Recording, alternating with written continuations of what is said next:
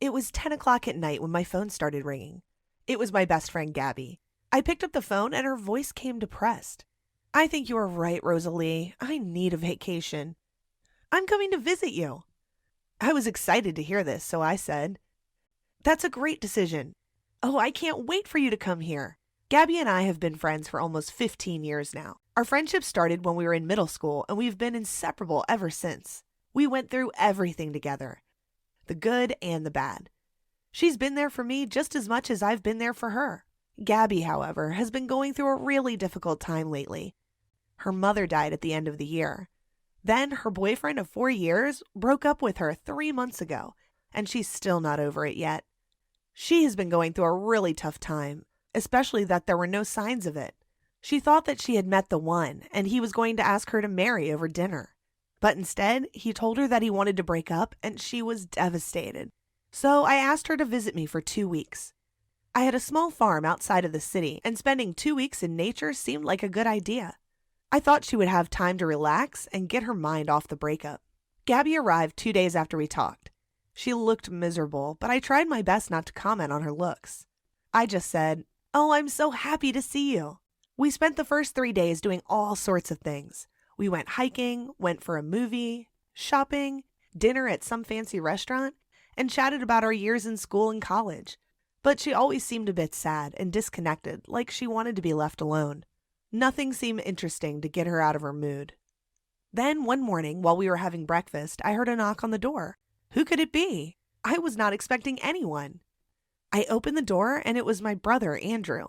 He said in a cheerful tone, "Hey, sister, long time no see. Got me a bed for a few days?"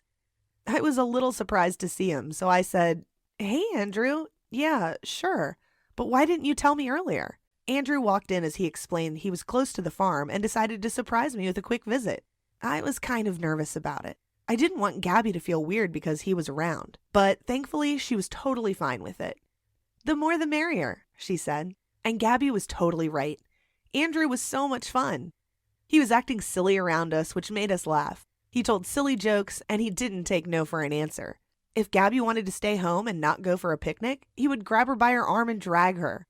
He didn't leave her alone. "Sitting at home won't do you anything. Come on," he told her. Gabby started enjoying her time again.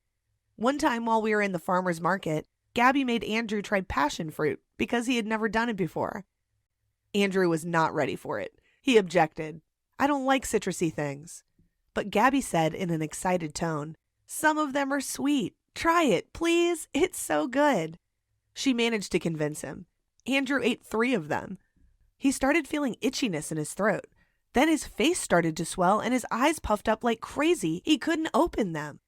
They looked like 2 small lines above his huge nose. It was so hilarious. Andrew was having a terrible allergic reaction. We felt bad for him, but we couldn't stop laughing.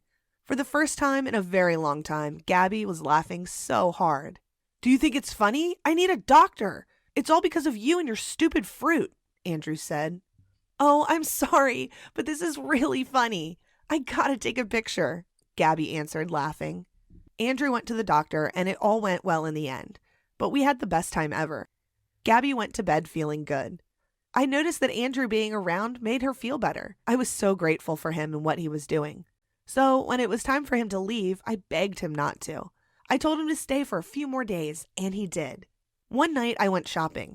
I wanted to make lasagna for dinner, and I needed some tomato sauce and cheese. When I got home, I didn't find Andrew or Gabby. I started making dinner.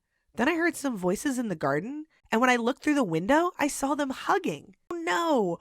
What was happening here? I stayed in the kitchen so I didn't make it awkward. I just waited for Gabby to mention anything about it after we had dinner, but she didn't say anything.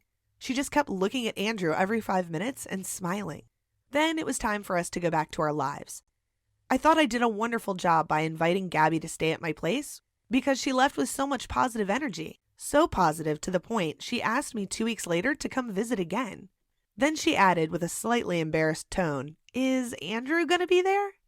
I smiled. That's what she was aiming for all along. So I said, "I'll ask him to come." And she couldn't be more excited. I had to beg Andrew to come that weekend. He was too busy, but I promised him he would have a good time and that I'll pay him back. After some hesitation, he agreed to come. Andrew and Gabby arrived at the same time, and they were ready to kick off the weekend with a hike to one of the forests nearby. They were talking and having so much fun to the point that they forgot I was even there. I felt like I was the third wheel. So I pretended to have a stomachache and went home to give them some privacy. When they got home, they couldn't stop looking at each other. I guessed that they had had their first kiss there. Gabby told me while we were having coffee, "I really like your brother." I smiled and said, "Oh, you think?" And just as I expected, they started dating. As soon as they left the farm, they exchanged numbers and addresses, and I began seeing their pictures on social media. And I couldn't be more excited about this. I mean, what could be better? My best friend was dating my brother. Then, 7 months later, I woke up to Gabby's phone call. When I picked it up, I heard her screaming excitedly, "We got engaged!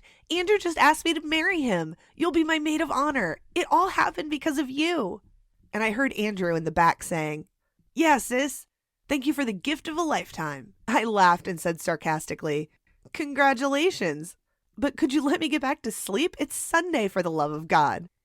And I hung up the phone, feeling overjoyed. They were fit for each other. Gabby and I started preparing for the wedding.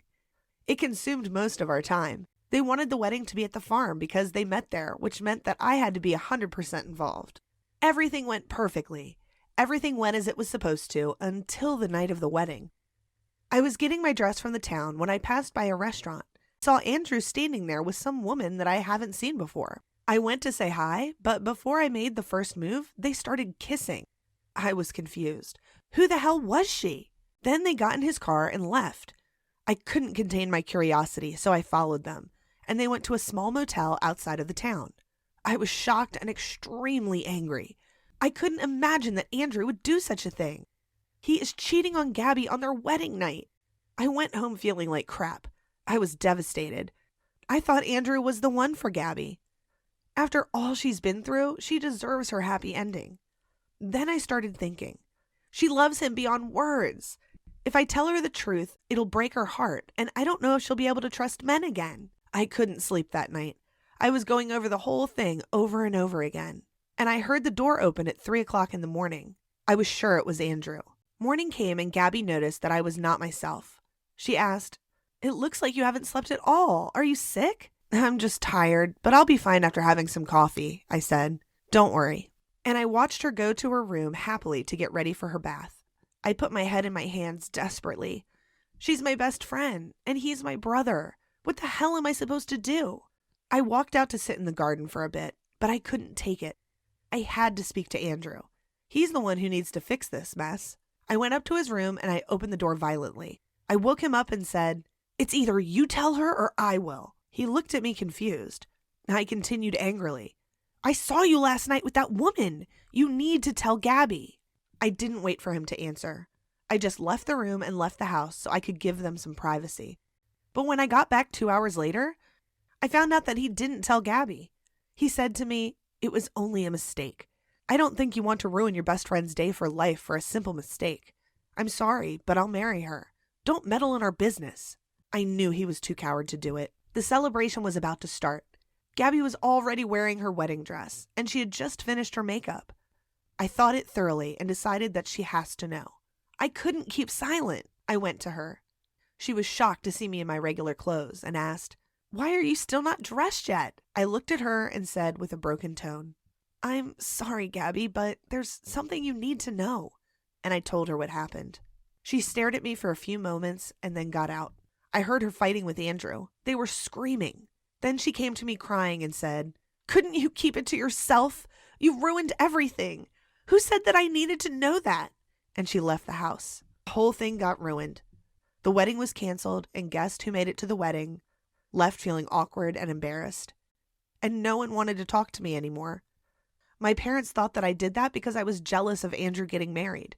Andrew told me I was no longer his sister, and Gabby wouldn't answer her phone. I knew that I did the right thing, but sometimes I wish I never opened my mouth. 2 months later, and I still can't reach Gabby. I don't know anything about her, which breaks my heart. I may have lost my best friend for life. What do you think of my story? Were you in such a situation before? Let me know in the comments below, and don't forget to subscribe.